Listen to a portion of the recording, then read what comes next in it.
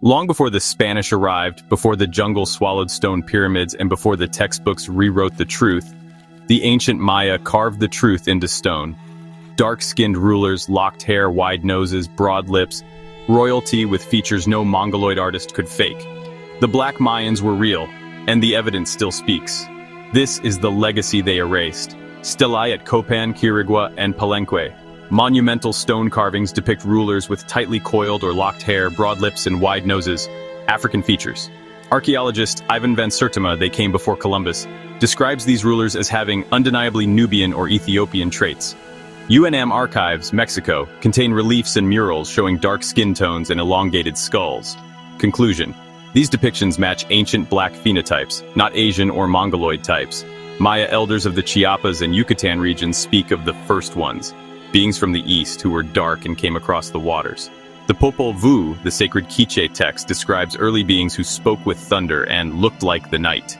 Ancient terms like Xibalba may have origins tied to African root words, phonetic correlations with Manding-Mande languages. Conclusion. Oral history preserves a memory of black or dark-skinned godlike ancestors, similarities in temple-building styles, spiritual numerology, and calendrical systems. Pyramid alignments in Mesoamerica and the Mississippi Valley match those in Nubia and Kemet. Words like Kukulkan, plumed serpent, bear phonetic and symbolic links to the Dogon and Kemetic serpent lore. Conclusion. These were not isolated civilizations. They were cosmically linked. Figures like Itzamnaj Balam II are shown with locked or braided hairstyles. Museum exhibits often label these depictions as stylized or symbolic, avoiding racial identifiers. African-American researchers and artists like Dr. Runoko Rashidi and Wayne Chandler confirm hair textures and carvings match African and Black indigenous styles. Conclusion: the Maya knew, honored, and depicted blackness. Some early skeletal remains from Guatemala and Belize have been reported with sub-Saharan African cranial metrics, though peer-reviewed journals often suppress this.